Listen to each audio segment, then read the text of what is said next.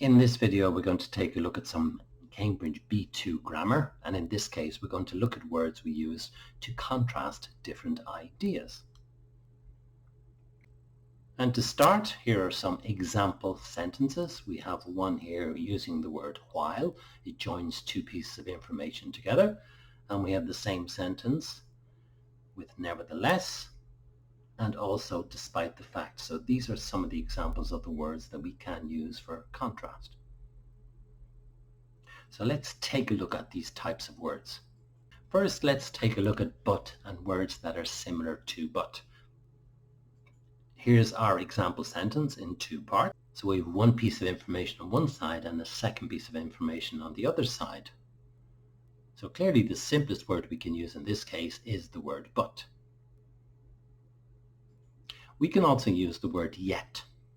You may be familiar with yet as a word that describes time, but in this case yet has exactly the same meaning as but. And as we've seen from the example sentence, we can also use the word nevertheless. It's followed by a comma. We will talk about those words and expressions later. And then finally we have the word however. So these words can all be used to give this idea of but.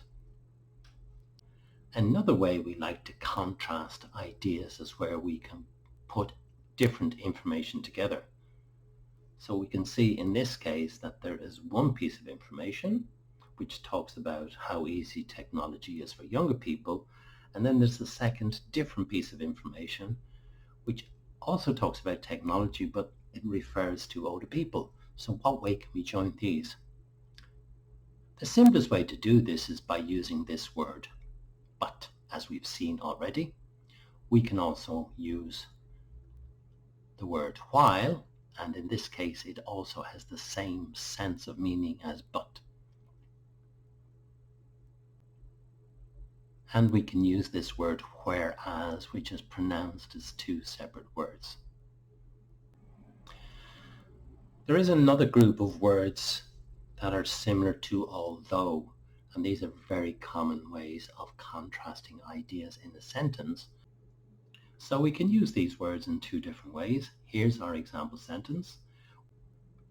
And the words we can use in this situation are although, while, which has the same meaning as although, and we can also use the more informal though at the beginning of a sentence. So all of these are good options to contrast the information in our sentence here.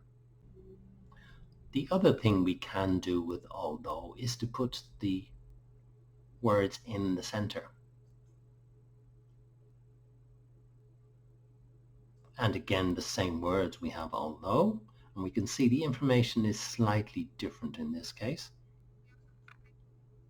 We can use while, as we said before. We can use even though, and finally we can use though.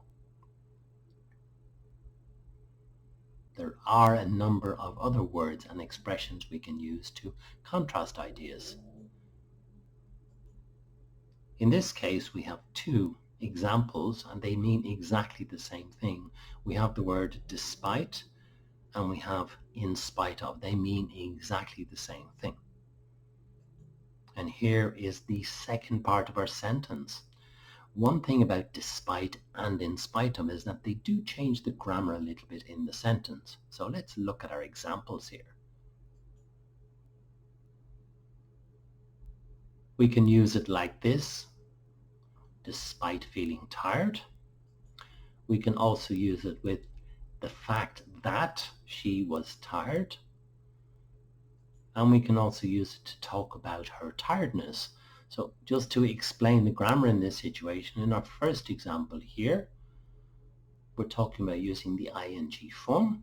We can also use the fact that, and then finally we can use a noun form after despite and in spite of. There is another set of contrast words and expressions that need commas. We have seen some examples already. We've seen the word nevertheless. In this type of situation, it's more common to use the contrast words or expressions in a new sentence. So here we have two sentences, and we're going to join them using some of these contrast expressions. And obviously we can use the expression in contrast, and we can see it's followed by a comma. Another example we can use, as we've said before, is however, and they mean exactly the same thing here. And this is a very familiar expression that people use, and like the other words and expressions, we use a comma immediately after it.